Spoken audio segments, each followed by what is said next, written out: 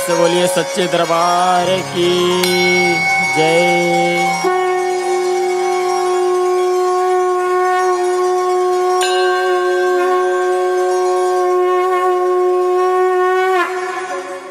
दुर्गा मैया की जय। माँ जगत जननी परमेश्वरी अम्बे मात की जय। या देवी सर्वभूतेषु बुद्धिरूपेण संस्थिता नमस्तस्यै नमस्तस्यै नमस्तस्यै नमो नमः। श्री दुर्गा सप्तशती पाठ सप्तम अध्याय चंड और मुंड का वध। महर्षि मेघा ने कहा, दैत्यराज की आज्ञा पाकर चंड और मुंड चतुरंगिनी सेना को साथ लेकर हथियार उठाए हुए देवी से लड़ने के लिए चल दिए। हिमालय पर्वत पर पहुंचकर उन्होंने मुस्कुराती हुई देवी जो सिंह पर बैठी हुई थी देखा। जब असुर उनको पकड़ने के लिए तलवारों लेकर उनकी ओर बढ़े तब अंबिका को उन पर बड़ा क्रोध आया और मारे क्रोध के उनका मुख काला पड़ गया। उनकी भ्रिकुटियां चढ़ गई और उनके ललाट में से अत्यंत भयंकर तथा अत्यंत विस्तृत मुख वाली लाल आंखों वाली काली प्रकट हुई, जो कि अपने हाथों से तलवार और पास लिए हुए थी। वह विचित्र खड्ग धारण किए हुए थी तथा चिते के चर्म की साड़ियाँ एवं नरमुंडों की माला पहन रखी थी।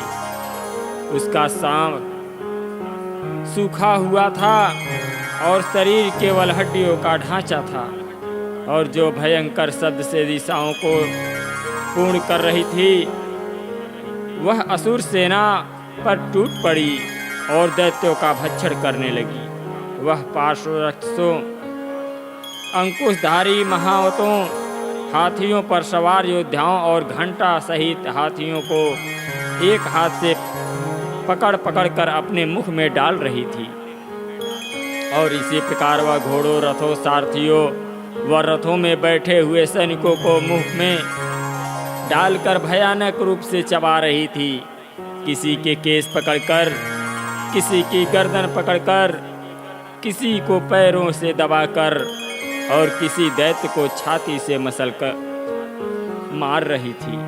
वह दैत्य के छोड़े हुए बड़े बड़े अस्त्र शस्त्रों को मुख में पकड़कर और क्रोध में भरकर उनको दांतों से पीस रही थी। उसने कई बड़े बड़े असुर भक्षण कर डाले, कितनों को रौंद डाला और कितनी उसकी मार के मारे भाग गए। कितनों को उसने तलवार से मार डाला, कितनों को अपने दांतों से समाप्त कर दिया। और इस प्रकार से देवी ने क्षण भर में संपूर्ण दैत्य सेना को नष्ट कर दिया। यह देख महापराक्रमी चंड काली देवी की ओर लपका और मुंड ने भी देवी पर अपने भयानक बाणों की वर्षा आरंभ कर दी और अपने हजारों चक्र उस पर छोड़े। उस समय वह चमकते हुए बाण व चक्र देवी के मुख में प्रविष्ट हुए इस प्रकार दिख रहे थे जैसे मानो वह बहुत से सूर्य मेघों की घटा में प्रविष्ट हो रहे हों। इसके पश्चात भयंकर शब्द के साथ काली ने अत्यंत जोश में भरकर विकट अट्टहास किया। उसका भयंकर मुख देखा नहीं जाता था। उसके मुख में श्वेत दांतों की पंक्ति चमक रही थी। फिर उसने तलवार हाथ में लेकर हूँ शब्द कहकर चंड के ऊपर आक्रमण किया और उसके केस पकड़कर उसका सिर काटकर अलग कर दिया। चंड को मरा हुआ देखकर मुंड देवी की ओर लपका, परंतु देवी ने क्रोध में भरे उसे भी अपनी तलवार से यमलोक पहुंचा दिया। चंड और मुंड को मरा हुआ देखकर उसकी बाकी बची हुई सेना वहां से भाग गई। इसके पश्चात काली चंड और मुंड के कटे हुए सिरों को लेकर चंडिका के पास गई और प्रचंड अट्टहास के साथ कहने लगी, हे देवी, चंड और मुंड 2 महादैत्यों को मारकर तुम्हारी भेंट कर दिया है। अब शुंभ और निशुंभ का तुमको स्वयं वध करना है। महर्षि मेघा ने कहा।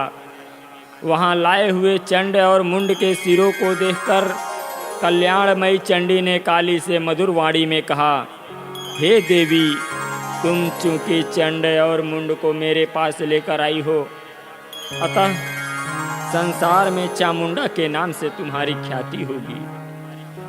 प्रेम से बोलिए सच्चे दरबार की जय, दुर्गा मैया की जय, वैष्णो देवी की जय।